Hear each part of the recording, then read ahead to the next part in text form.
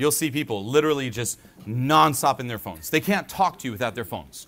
To the point where it's like everything must be on Instagram. I'll see people do this who don't even have followers. They have like 5 followers. And like, my 5 followers got to see what I'm eating. Oh, hey, Julien, good to see you. Say hi to my 5 followers. I'm like, put the fucking phone away. Stop faking your life. Start living your life. This whole social media really conditions us to fake shit. Why? Because it's so easy. And you get the reward that you would get when you actually put in the work without putting in the work. You could literally create right now, no matter who you are, you're fucking like doing the swipe shit. You could create a Facebook page and be like, you know what, my name is Julien Blanc, the most common name in France and any French language. Literally, that's like John Smith, which is true.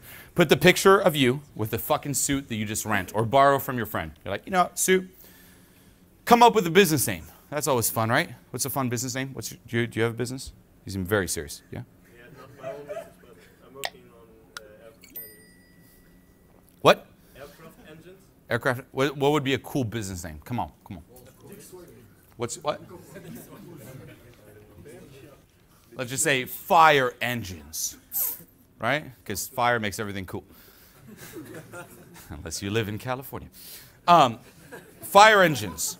Okay, you love engines, fire engines, that's your business name. You're like, you know what? I'm going to look up some YouTube videos on Photoshop. I'm going to create a cool Facebook header. There's an engine on fire, which thinking now would make the worst business ever. You're like, my engines are great. On fire.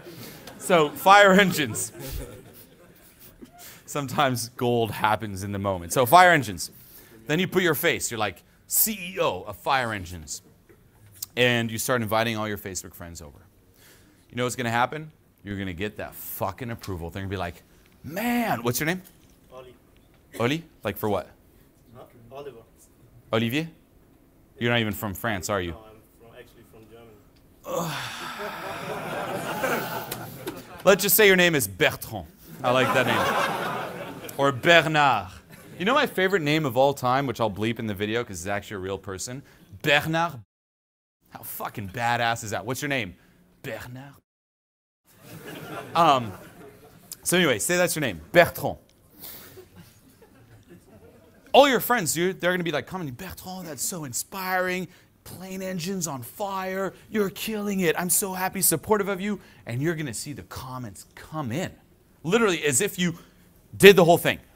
You didn't do shit. All you did was Photoshopped a header with an engine on fire. And you're getting that validation. You could literally, which I hope you don't do, and I hope you have the social intelligence not to do this, run up here in front, fucking take your phone out like I did, be like, ah! Post it online and be like, everyone comes to see me. And you'll see the comments, oh my God, where are you? You're so popular. Look at all those people. What the fuck? Bertrand, how did you do it? I did that when I moved to LA.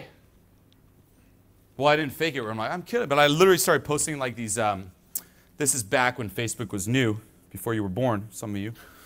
I had this page and I'd post these artsy pictures and I'm like, in LA, and like all this artsy shit. And people are like, oh my God, I can't believe you moved to LA, Julien. That's crazy. You're the only one who ever got out of Switzerland. Except for Federer. But you're number 2 who got out. No one makes it out. I wasn't doing shit. I was living. God, this is bad. I was living, I swear to God, on a blow-up mattress, which I've lived on many blow-up mattresses. I know my blow-up mattresses, and they all break down at some point. On the blow-up mattress in a living room of this 1-bedroom apartment in Hollywood. A small 1-bedroom apartment with this 50-something-year-old gay guy who died. But my friend and I revived him, saving lives, right? Saving lives. No, it was actually terrifying. He actually died. He overdosed on his medicine. I was sleeping in the living room, and this is how fucked it gets. There's a small living room. There's a blow-up mattress. I'm there sleeping. Right next to me, 1 meter away, is a huge fucking Bulgarian bodybuilder. Like, huge motherfucker. Sleeping right there, too, because we're both renting out the living room because we're broke as shit. So he's sleeping there, and usually I'll hear him at night, like, snore like a fucking beast. And literally, like, I'm looking over, like, I'm like, oh, my God. So he wasn't there that night. So I finally passed out, and I get woken up, swear to God, by this guy shaking me. He's like, Julien, Julien. And I'm like, don't me. Like, that's not what I thought. The fact that everyone's like, yes. No, shaking the fuck out of me. He's like, he's dead. He's dead. I'm like, what the fuck are you talking about? Like, out of my sleep. He runs in the fucking room. And here's the story. This guy walked home. He was at his girlfriend's. Walks home. I'm sleeping there. And he sees the room of the gay guy open with the light. And he was about to go up, be like, dude, shut the fucking door. We're trying to sleep here. Walks in.